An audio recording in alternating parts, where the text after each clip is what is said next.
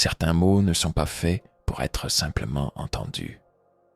Ils sont faits pour être ressentis, médités, parfois même portés comme des torches dans les moments sombres. Les paroles que tu vas découvrir ne viennent pas flatter l'intellect. Elles parlent à une autre dimension, celle de l'âme. Inspirées des réflexions de John F. Kennedy, elles dépassent les discours d'époque. Elles interrogent notre courage, notre vision, notre rapport à la vérité. Si tu écoutes avec le cœur ouvert, tu n'entendras pas une voix du passé, mais peut-être un appel pour ton propre présent. La paix intérieure est une conquête silencieuse. Il y a un combat que personne ne voit, un affrontement discret, souvent ignoré, qui se joue en silence dans les profondeurs de l'âme. C'est la quête de la paix intérieure.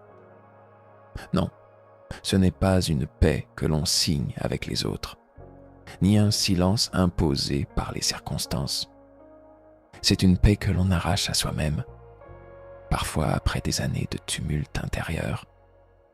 Tu peux parcourir le monde, changer de ville, de métier, de cercle social, mais si tu n'as pas trouvé cette paix en toi, tout ce que tu construiras reposera sur du sable. C'est ce que certains hommes découvrent bien trop tard. Ils ont couru après la reconnaissance, l'argent, les possessions, sans comprendre que le vrai luxe, c'est de pouvoir être en paix avec ses pensées quand tout s'éteint autour de soi. Tu veux savoir si tu es libre? Ne regarde pas tes chaînes extérieures. Regarde plutôt si tu es capable de passer du temps seul, sans distraction, sans bruit, sans validation. La liberté commence là. Un esclave n'est pas seulement celui qui est dominé physiquement. C'est aussi celui qui attend que quelqu'un ou quelque chose vienne lui apporter ce qu'il ne s'est jamais donné. La confiance, la paix, l'amour de soi. John F. Kennedy disait que personne ne peut te donner la paix, sauf toi-même. Cette vérité est si simple qu'on la contourne. On espère toujours qu'un être humain, une réussite ou une religion va nous la livrer comme un cadeau emballé. Mais ce cadeau, c'est à toi de le façonner, jour après jour, dans les gestes que tu poses et les pensées que tu nourris. La paix intérieure, c'est comme une flamme. Si tu la protèges, elle t'éclaire. Si tu l'ignores, elle s'éteint. Il y a une raison pour laquelle tant d'hommes brillants tombent dans l'agitation. Ils ont appris à conquérir le monde, mais pas leur propre esprit. Ils savent diriger des entreprises, convaincre des foules, séduire des cœurs, mais ils ne savent pas rester tranquilles face à une émotion, à une peur, à une absence. Et c'est là que leur force s'effondre. Cherche la paix, mais pas dans le monde extérieur. Cherche-la dans ta capacité à accepter la réalité sans vouloir tout contrôler. Dans ton choix de répondre avec sagesse plutôt que de réagir avec impulsivité. Elle est là, dans le silence que tu acceptes, dans l'espace entre deux pensées, dans le moment où tu refuses d'être esclave de tes colères, de tes désirs ou de ton besoin d'approbation. Le véritable pouvoir, ce n'est pas d'avoir le dernier mot, c'est de ne plus en avoir besoin. Le succès n'est pas une destination, mais une transformation. Tant de gens veulent réussir. Ils veulent arriver quelque part, avoir quelque chose, devenir quelqu'un. Mais s'ils s'arrêtaient un instant pour observer leur propre course, ils se rendraient compte d'une chose. Ils courent sans savoir exactement où. Et surtout, ils ont oublié pourquoi ils couraient. Le succès n'est pas ce sommet isolé qu'on atteint un jour pour s'y reposer. C'est un chemin, un processus de transformation intérieure. Il n'y a pas de ligne d'arrivée, seulement des étapes où l'on grandit, où l'on chute parfois, mais où l'on s'épure à travers l'expérience. Tu veux réussir. Alors commence par cette question. Es-tu en train de devenir la meilleure version de toi-même? Parce que si tu es en train de t'éloigner de qui tu es profondément, si ton ambition t'arrache ta paix, ta joie, ta vérité, alors ce n'est pas du succès, c'est de la fuite déguisée. John F. Kennedy comprenait que la grandeur ne réside pas dans la gloire ou les applaudissements. Elle réside dans le courage tranquille de s'améliorer jour après jour, même sans témoin.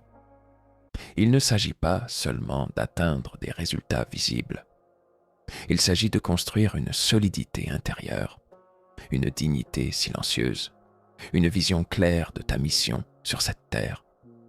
Le monde te pousse à faire plus. L'âme, elle, te pousse à être plus. Et la vraie réussite naît à l'endroit où ces deux mondes se rencontrent. Beaucoup d'hommes se trompent de bataille. Ils se battent pour être premiers dans des courses qui ne leur appartiennent pas. Ils s'épuisent à grimper des échelles posées contre le mauvais mur. Ils oublient que la plus grande victoire, c'est de ne plus se comparer. C'est de savoir que tu avances dans la bonne direction, même si personne ne le voit encore. La réussite véritable, c'est lorsque tu peux te regarder dans un miroir sans te trahir. Lorsque tu vis selon tes principes, pas selon les tendances. Quand tu te lèves le matin, le cœur en paix, même si le monde doute de toi. C'est ce moment où tu te rends compte que tu n'as plus besoin de prouver quoi que ce soit. Ce n'est pas un titre, ce n'est pas un salaire, ce n'est pas un nombre de followers, c'est une énergie, une lumière intérieure, une constance dans l'effort discret. Tu peux échouer aux yeux du monde, mais triompher devant ta conscience. Et crois-moi, ce genre de triomphe n'a pas de prix. Chaque jour est une brique. Chaque choix est une pierre posée sur le chemin. Ce que tu bâtis n'est pas un palmarès, c'est ton âme.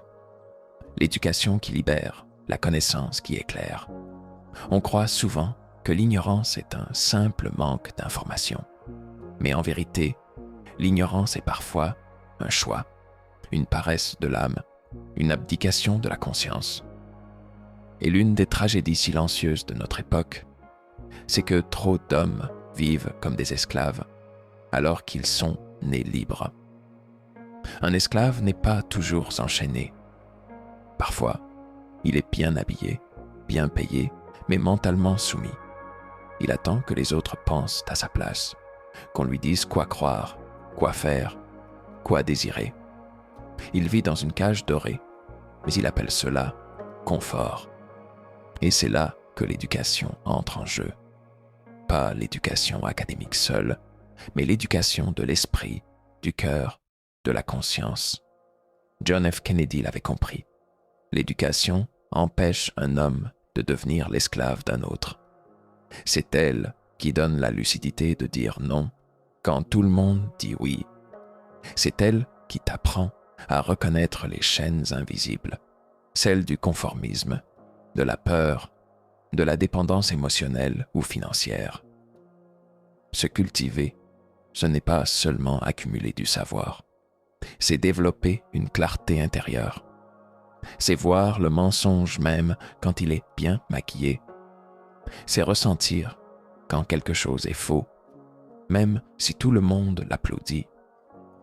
C'est comprendre que la vérité ne fait pas toujours du bruit, mais qu'elle éclaire en silence ceux qui l'embrassent avec sincérité. Mais attention, plus tu vois clair, plus tu seras seul. Car la sagesse devient parfois une malédiction dans un monde où l'ignorance est confort. Celui qui cherche la vérité ne sera jamais majoritaire. Il parlera, et autour de lui, beaucoup préféreront détourner le regard. Il essaiera d'éveiller, mais rencontrera souvent le sommeil volontaire des âmes endormies. Et pourtant, continue. Continue à apprendre, à comprendre, à élever ta conscience. Car même si tu ne changes pas le monde, tu peux te changer toi. Et c'est déjà une révolution. Chaque livre que tu lis, chaque pensée que tu examines, chaque mensonge que tu refuses de croire, tout cela construit un être libre. L'éducation ne garantit pas le bonheur, mais elle te donne les clés pour ne pas t'égarer dans les illusions. Elle t'offre une boussole intérieure pour traverser les tempêtes de la vie sans perdre ton cap. N'oublie jamais, la véritable pauvreté, ce n'est pas l'absence d'argent, c'est l'absence de lumière intérieure. Et cette lumière, tu la fais grandir chaque fois que tu cherches à comprendre au lieu de simplement croire. La connaissance ne t'élève que si tu l'appliques. Elle ne te libère que si tu l'incarnes. Alors apprends, pas pour impressionner, mais pour éclairer ton propre chemin. Les grandes paroles ne valent que si elles deviennent des choix, des gestes, une manière d'être au monde. Ce que tu viens d'entendre n'est pas simplement fait pour impressionner, mais pour te transformer si tu l'accueilles pleinement. Souviens-toi, la vraie grandeur ne cherche pas à briller, elle inspire. Et peut-être que le plus bel héritage, c'est celui que tu incarnes jour après jour, sans bruit mais avec vérité.